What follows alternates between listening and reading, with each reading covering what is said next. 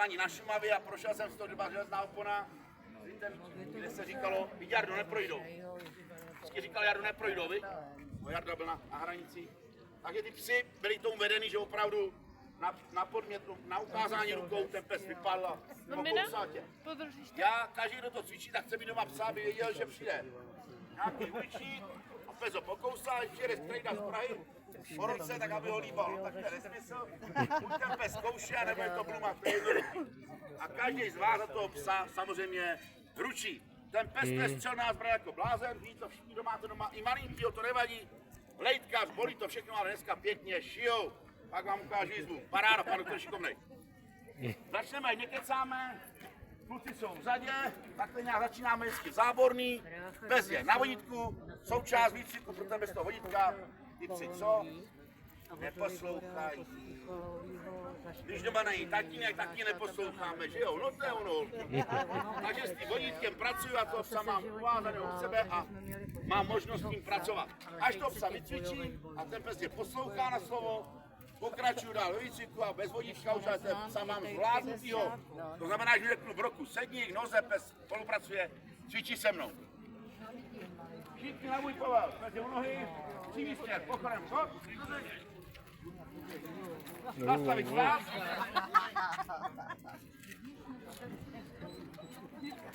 Připravíme se na štěkání, pozdravíme diváky.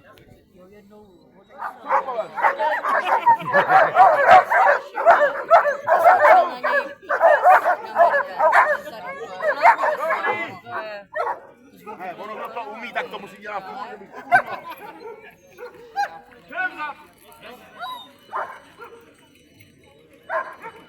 Přístěr, pochrevko. Zastavit stát. Základní ovrátelnost, psa u nohy, na vodítku. Círo to vždycky odsede, protože tady musí být se mnou. On se jmenuje papírově Chyr, ale já mu říkám Cír, protože to mě nešlo z pusy, jo. Ale jak jsem říkal, Čejče má rád červený víno ženský, to sedíme si, rozumíme si. Šikula. Jaký pán, takový pes. Obraty na místě. Pravo. Vlevo. Želem. Přístěr, pochremko. Želem. Zastavit stát. Připravím se na odložení. Přímý směr. Pochodem vchod. Odložit.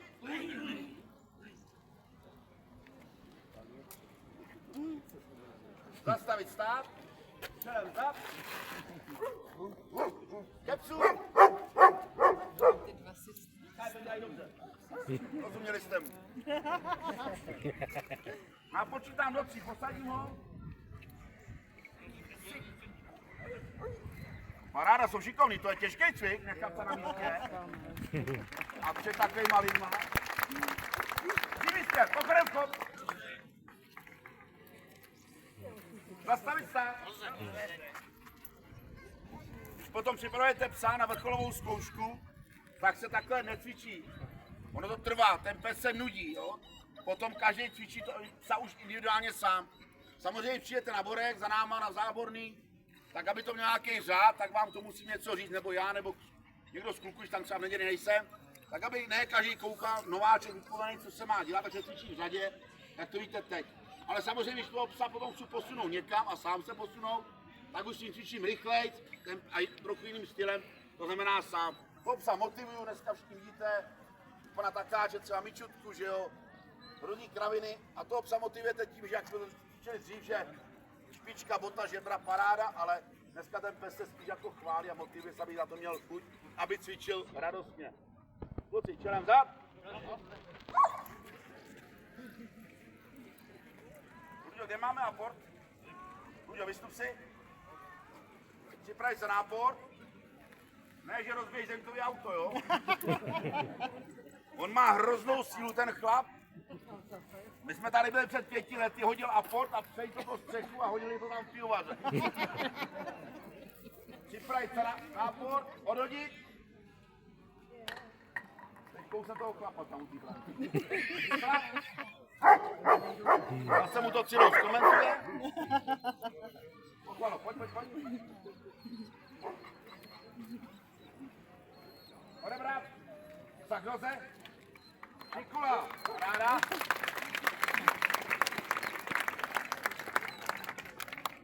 Pokaž na formě, dej. Podkazy umlčit. A dám tady paní Mšuka. Promiň, to byl tvůj palec. Přijdi směr, pochodem vchod. Zastavit stát. Čelem vzad.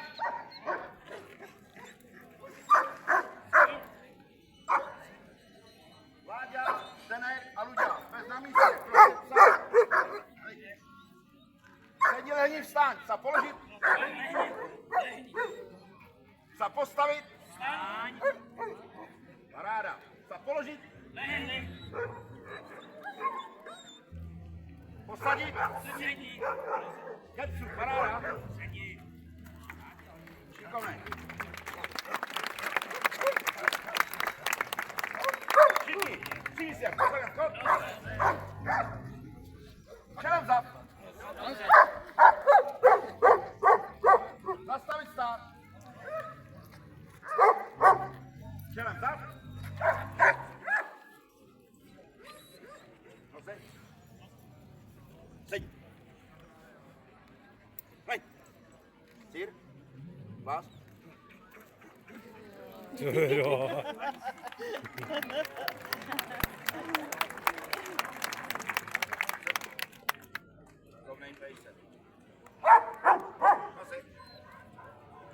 Je to úplně jednoduchý, jenom toho psa to naučíte, to je všechno. Všichni, štíte pochodem vchod. Zastavit stát. Připravit se na štěkání. Co vypadá? Štěkej.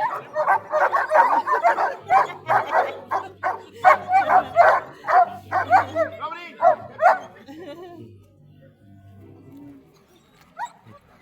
Ze základní, budu říkám základní učenlivosti, no, kinologie, z té poslušnosti je také vítat. Pak máme překážky, máte kladinu, máte žebřík, máte bariéru, je tam Ačko, taky okýnko, výška 160, 180 cm, nějaký prsta, pes to má překonat, ne skokem, ale šplhem, ono těch věcí je spousta. Překážky tady nemáte, kdo bude chtět vidět víc a heštějc, tak za náma přijede v neděli. Víš, tady je největší kamarád člověka? Pes. Blechy. Ty taky chomout. Tě v té škole učí.